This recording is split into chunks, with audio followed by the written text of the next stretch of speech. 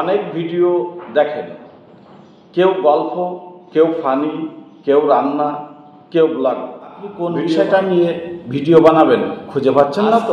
আপনার blog video বানানোর কৌশল নিয়ে আলোচনা করছে। ধরেন একটা ঐতিহাসিক স্থানে যাবেন ঘুরতে, আপনাকে সকালে কি করতে হবে? আপনাকে পরিকল্পনা করতে হবে যে আপনি সকালে ঘুম থেকে উঠলেন, আপনি 10 সেকেন্ড বা 20 সেকেন্ড ভিডিও নিলেন, এরপর ফ্রেশ হলেন, আপনি 10 ভিডিও নিলেন, এরপরে কি করলেন যে আপনি বের হচ্ছেন বা dress party get up set up করছেন, আপনি 1 মিনিটের ভিডিও নিলেন, এরপর আপনি বেরোয় গাড়িতে উঠলেন, গাড়িতে কিছু ভিডিও নিলেন, এরপর রাস্তার দৃশ্য, বিভিন্ন রকম বিল্ডিং বা প্রাকৃতিক দৃশ্য আপনি ধারণ করলেন এবং আপনি সেই অনুসারে কিন্তু আপনি ধারাভাষ্য বা কথা বলে যাচ্ছেন। এরপরে আপনি যখন নির্দিষ্ট জায়গায় পৌঁছানোর পর যদি টিকিট কাউন্টার থাকে বা লাইন থাকে, তাহলে লাইনে দাঁড়াবেন, লাইনে দাঁড়ানোর কিছু কয়েক সেকেন্ডের ভিডিও।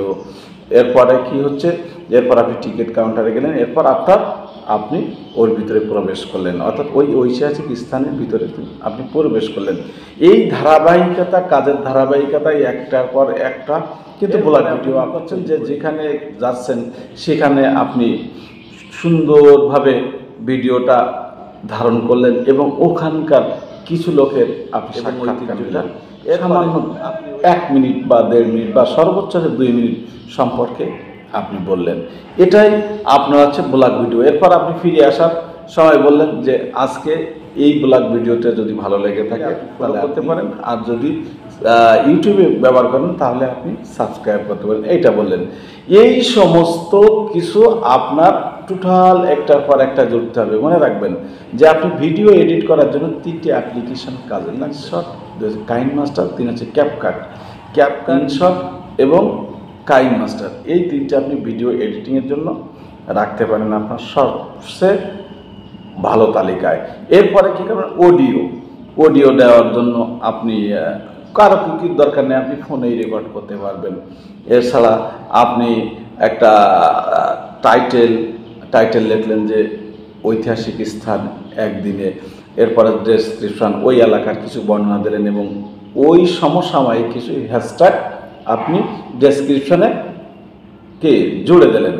এরপর দেখুন আপনি এইগুলো তৈরি করলেন, এরপরে আপনি আকর্ষণীয় একটা থাম্বনেল তৈরি করতে হবে, এই যেটা মাধ্যমে আপনি আপনার ভিডিওটা মানুষের সামনে প্রচার করতে যাচ্ছেন। অর্থাৎ আপনার যে পণ্যটা, অর্থাৎ আপনি যে ভিডিওটা বা কন্টেন্টটা তৈরি করেছেন, ওই কন্টেন্টটা একটা শিরোনাম দেবেন এবং এর এমন একটা সুন্দর থাম্বনেল আকর্ষণ করে এই বিষয়টাতে।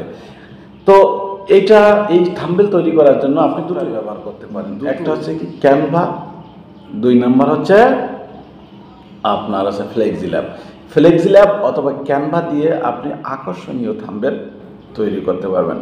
আর যদি আপনার ছবির ব্যাকগ্রাউন্ডটা চেঞ্জ করতে চান তাহলে রিমুভ বিজি আপনি গুগলে গিয়ে সার্চ করলে আপনি পেয়ে যাবেন।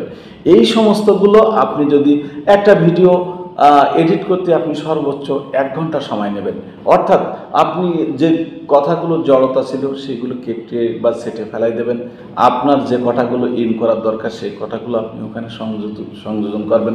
তবে মনে রাখবেন একটা ভিডিওর মূল হচ্ছে সাউন্ড কোয়ালিটি এবং পিকচার কোয়ালিটি।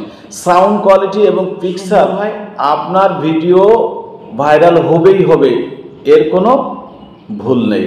অর্থাৎ আপনি যে কাজটা করছেন সেই কাজটার একাগ্রতা, সেই কাজটার আত্মবিশ্বাস, সেই কাজটার প্রতি ভালোবাসা এবং মনের মাধুরী দিয়ে আপনি সেই কাজটাকে করবেন। এই তো আপনার কি হলো, তাহলে ভিডিও এডিট হয়ে গেল, এরপরে অডিও এডিট হয়ে গেল, ট্যাগ থাম্বনেল তৈরি করা হয়ে গেল, কিছু ট্যাগ লিখলেন, কিছু ডেসক্রিপশন লিখলেন, এরপর আপনি ফেসবুক বা ইউটিউবে আপলোড করে দেবেন।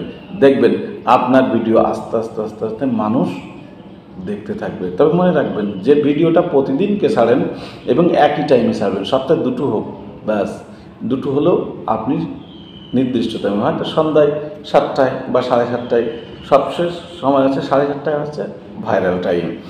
এই প্রতি 3 দিন অন্তর আপনি একটা করে। কেমন লাগবে ভিডিওটি? ভিডিও ভালো লাগলে লাইক, কমেন্ট, শেয়ার করুন ফেসবুকে দেখলে ফলো করুন এবং ইউটিউবে দেখলে প্লিজ সাবস্ক্রাইব করে যাবেন।